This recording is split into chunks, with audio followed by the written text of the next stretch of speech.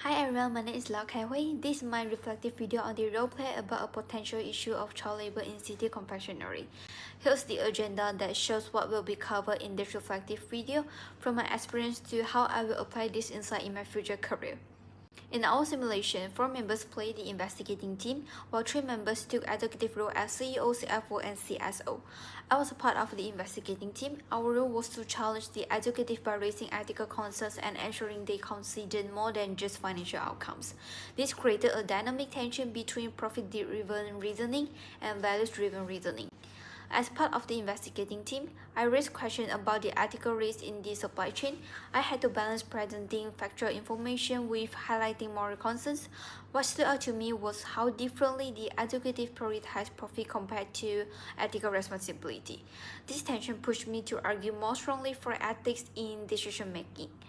The dilemma was whether city confectionery should continue sourcing from suppliers potentially using child labor. On one hand, continuing mean cost saving and short-term profits. On the other hand, it carried out the serious ethical concerns, reputational risk, and also the long-term costs. So the central question was profit or ethics?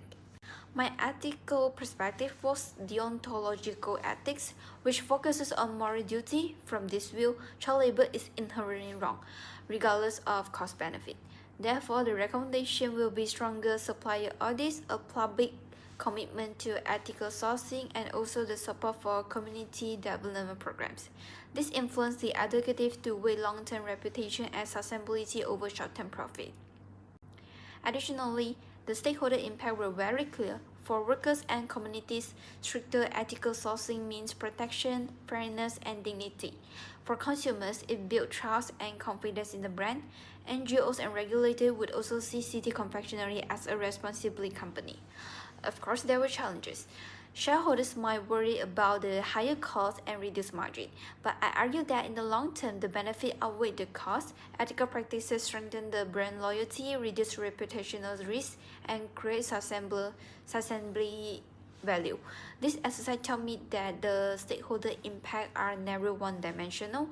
Every decision creates winners and losers, but ethical leadership aims to protect the most vulnerable while sustaining the business. I also reflected on my own cultural rules and biases. Coming from a background where efficiency and profit are often valued, I realized I initially learned toward financial priorities, but this roleplay challenged me to step outside that lens. I became more aware of my assumption that profit-driven decisions are always acceptable. In reality, not all business practices that maximize efficiency are morally defensible.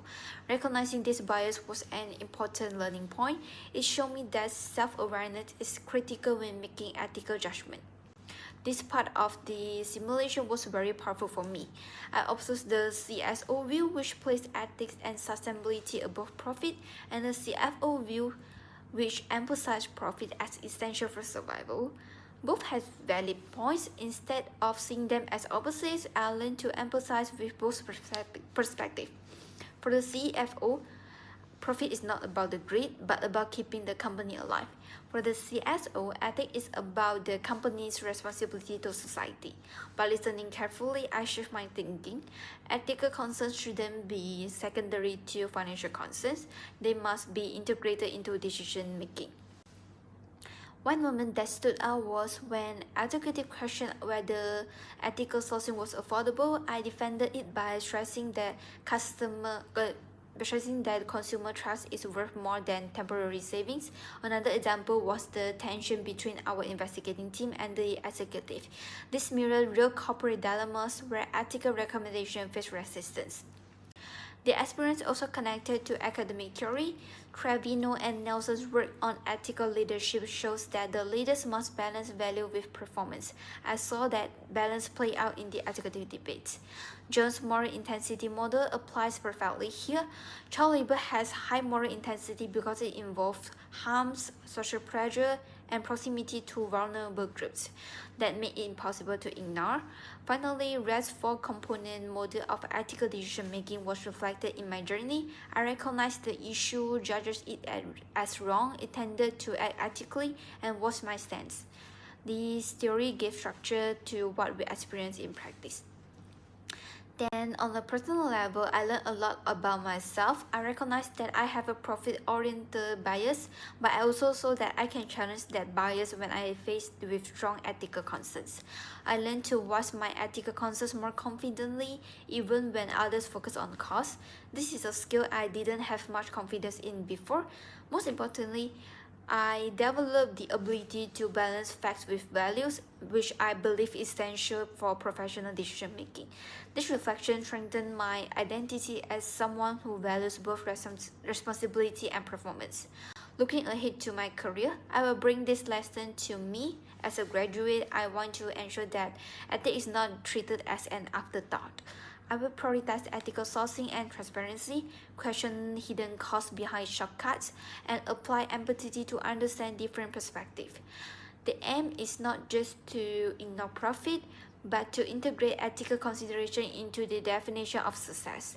This mindset will help me to contribute to organizations that value integrity as much as financial growth. And here are the references. In conclusion, this roleplay was not just about debating child labor, it was about learning to balance ethics and profits, challenging my own biases, and finding the courage to voice ethical concerns. That's the end of my reflective video. Thank you for listening.